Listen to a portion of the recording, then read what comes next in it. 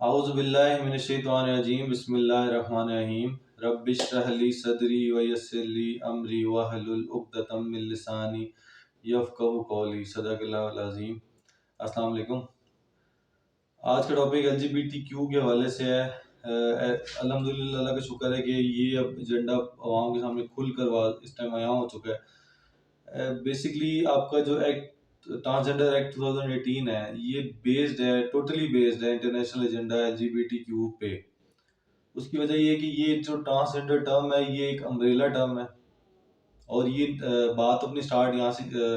Intersex جس کو ہم خنثیٰ خسرہ ہجڑا کہتے ہیں، ان کے حقوق سے بات اپنی سٹارٹ کرتی ہے، لیکن ختم یہاں پہ نہیں کرتی، بلکہ اس کے اندر تمام وہ لوگ، مرد ہو یا عورت، اگر وہ اپنے دماغ کی خلل کی وجہ سے اپنی جنس چینج کرنا چاہتے ہیں، اور خاص طور پہ جو مرد ہے وہ عورت بننا چاہتا ہے اور عورت جو ہے وہ مرد بننا چاہتی ہے، اور جو مرد ہے وہ عورت بن کے مرد سے شادی کرنا چاہتا ہے، اور جو عورت ہے وہ مرد بن کے عورت سے شادی کرنا چاہتی ہے، جس کو ہم سیم سیکس میرج کہتے ہیں اور لیزبین اور گے بھی کہتے ہیں، تو وہ اس سارا کور ہوتا ہے اس میں۔ اب یہ ایجنڈا کہاں سے آیا؟ یہ بنیادی طور پہ وہ اس نظریے کو لے کے وہ این جی اوز چلیں، اور خاص طور پہ ادھر بھی جیسے خواجہ سرا کمیونٹی کے چند وہ پے رول ممبر، اس کے علاوہ جتنے بھی ہیں سب نے عدالتوں میں بھی اور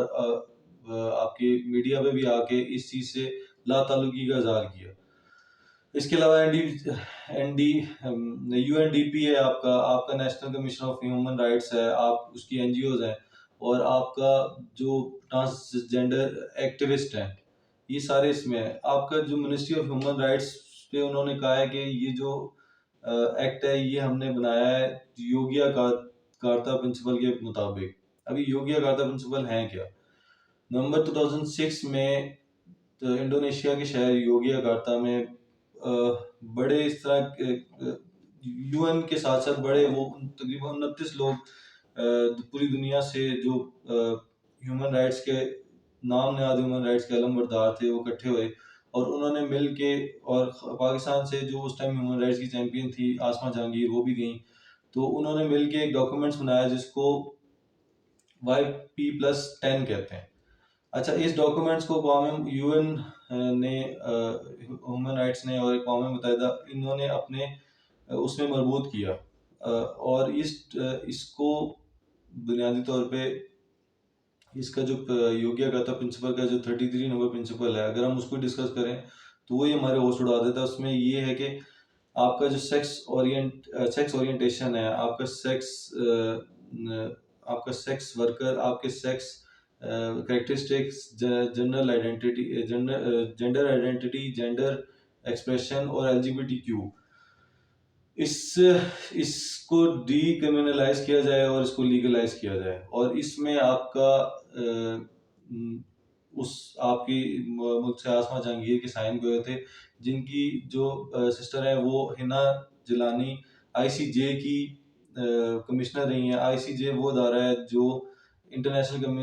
کمیشن آف جورسٹ، یہ وہ ادارہ ہے جو یہ یوگیا کہتا ہے جیسے پرنسپل بنانے کا، یہ مرکزی آپ کہہ لیں گے ادارہ ہے، اس طرح کے جو ادارے ہیں۔ اچھا، اس میں جو دو آسما جہانگیر کو 2010 میں پیپلز باڈی نے ہلال امتیاز دیا، اور 2018 میں پھر ان کو نشان امتیاز جو ہے وہ بھی ملا۔ اب یہ جو بل ہے، یہ اس اسمبلی میں کس نے پیش کیا؟ یہ 4 خواتین، کراس پارٹی بل تھا، یہ 4 خواتین، آپ کی روبینہ خالد پیپلز پارٹی سے، روبینہ عرفان آپ کی کاف لیگ سے، پی ٹی آئی سے آپ کی سمینہ عابد، اور آپ کی کلثوم پروین جو ہے وہ پی ایم ایل این سے، انہوں نے مل کے 21 اگست 2017 کو بل پیش کیا تھا پارلیمنٹ میں، اسمبلی میں، اور اس کے بعد 2018 میں جب خاقان عباسی پرائم منسٹر تھا تو یہ بل اپروو ہوا، اور جو ریاست مدینہ کے جو نام لینے والے ہیں انہوں نے اپنی گورنمنٹ میں اپنی منسٹری، جو اس ٹائم ان کی منسٹر تھیں شیریں مزاری، ہیومن رائٹس کی منسٹر تھی، انہوں نے یہ بل ٹرانسجنڈر ایکٹ 2018 کو ٹرانسجنڈر رول 2020 میں نافذ کر دیا پورے ملک میں۔ اچھا اس ایکٹ سے ہوگا کیا؟ اس سے جو نادرہ میں اگر کوئی مرد جائے گا کہ میں عورت فیل کر رہا ہوں تو وہ عورت بن جائے گا، اور دوسرا وہ عورتوں کی تعلیمی اداروں میں پڑھے گا بھی اور پڑھائے گا بھی۔ اسی طرح جب عورت ہے وہ نادرہ میں جا کے کہے گی کہ میں مرد فیل کر رہی ہوں تو وہ مرد بن جائے گی، اور وہ ترکہ بھی اسی حساب سے اس کا ہوگا، اور اسی حساب سے ہو سکتا ہے یہ بھی ہے کہ وہ سرکاری طور پہ وہ امام بن جائے اور مسجد میں مردوں کی صفوں میں بھی نظر آئے۔ اس کی وجہ یہ ہے کہ مطلب اس میں اگر آپ یہ دیکھیں تو دو جو بڑے اس ٹائم، ایک آپ کا جو دو بڑے طبقے ہیں، ایک آپ کا دینی آپ کا سیاسی طبقہ جن کے حالات میں یہ سارے بتا چکا ہوں، اور ایک آپ کا مذہبی طبقہ جس کی خاموشی بالکل سمجھ سے باہر ہے، خاص طور پہ وہ جو پوٹینشیل رکھتے ہیں، طاقت رکھتے ہیں اس چیز کی۔ اب یہ جو ہے مطلب آپ اگر وہ حدیث اب اس ٹائم قوم لوط والی جس میں ایل جی بی ٹی نافذ ہو چکا تھا اس میں، تو اس میں وہ یہ والا قانون قوم لوط میں نافذ ہو چکا تھا، جس میں اللہ تعالیٰ کا عذاب پر آیا اور وہ پتھر برسے، اور وہ پتھر جب اللہ تعالیٰ جب فرشتوں نے بتایا کہ یہ اس میں تیرے وہ بندے بھی ہیں جو عبادتوں میں اپنا وقت گزارتے ہیں، تو وہ اللہ تعالیٰ نے کہا یہ پتھر ان کے لیے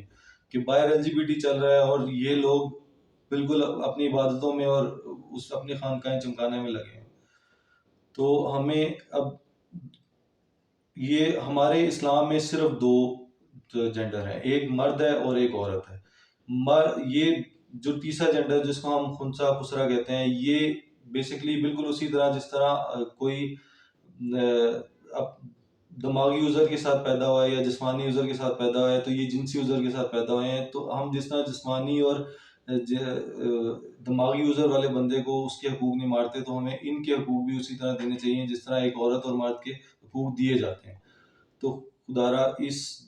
جو ایک آپ کا مذہب ہے اور اس کو سیاست سے ساتھ جوڑ کے اسلام کی چھتری کے نیچے اس کو پریکٹس، اسلام کے اس سسٹم کے نیچے